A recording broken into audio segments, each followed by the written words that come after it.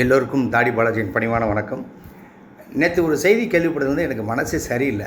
என்னென்னு கேட்டிங்கன்னா, நமது மாண்புமிகு தமிழக முதல்வர் அவர்கள் உடல்நலக் குறைவால் மருத்துவமனையில் சேர்த்துருக்காங்க அப்படின்னு சொல்லிட்டு கேள்விப்பட்ட உடனே உண்மையாக மனசு சரியில்லை.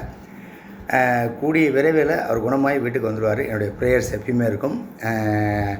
அதே மாதிரி வந்து அன்னியுடைய ப்ரேயர்ஸு டெஃபினட்டாக வந்துட்டு நமது சிஎம் அவர்களை குணப்படுத்தி வீட்டுக்கு கூப்பிட்டு போயிடும்.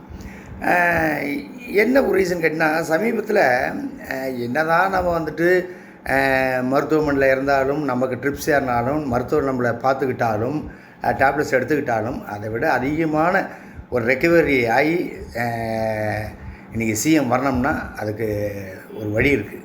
என்ன அப்படின்னு கேட்டிங்கன்னா, அவர் ஒரு நிகழ்வில் பேசிக்கும்போது சொன்னார், ஒரு ஹியூமனிட்டியாக அதை எப்படி பார்க்குறேன்னா, காலையில் நான் கண் விழித்து எந்திரிக்கும் போது நம்மவர்கள் யாராவது எதுவும் பண்ணிடக்கூடாதுன்னு எந்திரிக்கிறேன்றாரு. அப்போ அவர் எவ்வளோ மன உளைச்சல் இருக்குது பாருங்கள்.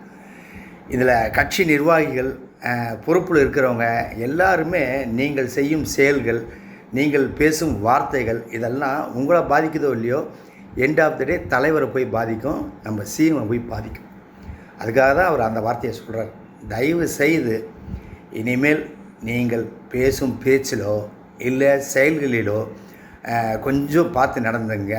ஏன் இதை நான் சொல்கிறேன்னா, நம்ம சிஎம்மை நம்ம தான் பொறுப்பாக பார்த்துக்க வேண்டிய கடமை எங்களை விட உங்களுக்கு அதிகமாக இருக்குது. அதுக்காக தான் அதை சொல்ல வர்றேன். இப்போ நான் சொன்னது இந்த இந்த கட்சிக்கு மட்டும் இல்லை, எல்லா கட்சிக்கும். இப்போ குறிப்பாக பார்த்திங்கன்னா, தாவேக்காலேருந்து சமீபத்தில் விளங்கின சிஸ்டர் வைஷ்ணவி அவங்க வந்துட்டு ஒரு கம்ப்ளைண்ட் ஒன்று கொடுத்துருக்காங்க தாவேக்கா தலைவர் மேலே. என்னென்னா வந்து இழிவாக பேசுகிறாங்க, கட்சியில் இருக்கிறவங்க இதாக பேசுகிறாங்க, ரொம்ப என்னை டிகிரேட் பண்ணுறாங்க, ரொம்ப பயன்படுத்தக்கூடாத வார்த்தைகள்லாம் பயன்படுத்துகிறாங்க அப்படின்னு சொல்லிட்டு. இதுக்கு ஒரே ஒரு ரீசன் தான். என்னென்னு கேட்டிங்கன்னா, இதில் தலைவர் ஒரு அறிக்கை விடணும் அப்படின்றத தாண்டி ஒரு கட்சியில் இருக்கோம், ஒரு புது கட்சி தொடங்கி இருக்குது, எந்தவித பாதிப்பும் எந்தவித அவமானமும் நம்ம கட்சிக்கோ தலைமைக்கோ தலைவருக்கோ வரக்கூடாதுன்றது பொறுப்பில் இருக்கிறவங்களுக்கு ரொம்ப முக்கியம். அப்படிப்பட்டவங்க இதை கொஞ்சம் கான்சன்ட்ரேட் பண்ணி இதை கொஞ்சம் முடிக்க பார்க்கணும். ஏன்னா பெண்கள் வந்துட்டு அரசியலுக்கு வருவது என்பது எல்லாருமே இப்போ வர்றாங்க, நிறையா பேர் வர்றாங்க. அவங்கள இழிவுபடுத்துறதுனால ஜனநாயக அரசியலில் பெண்கள் உள்ளே வர்றதுக்கு ரொம்ப குறைவாயிடும். அதை நீங்கள் பண்ணக்கூடாது. அதை தாண்டி இன்னொரு விஷயம் நான் சொல்கிறேன். இன்றைக்கி பெண்கள் பார்த்திங்கன்னா நிறைய பேர் அரசியலில் இப்போவும் பயணிச்சுக்கிட்டு இருக்கிறத நீங்கள் பார்ப்பீங்க.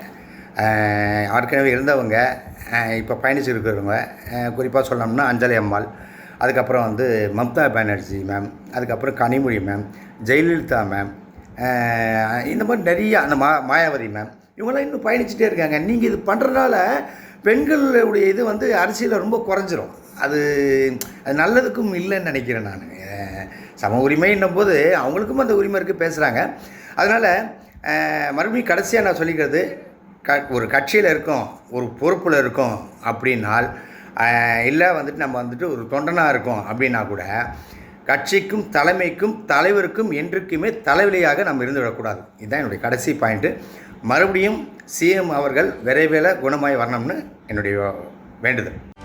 செய்திகளை உடனுக்குடனும் துல்லியமாகவும் தெரிந்து கொள்ள சப்ஸ்கிரைப் பண்ணுங்க.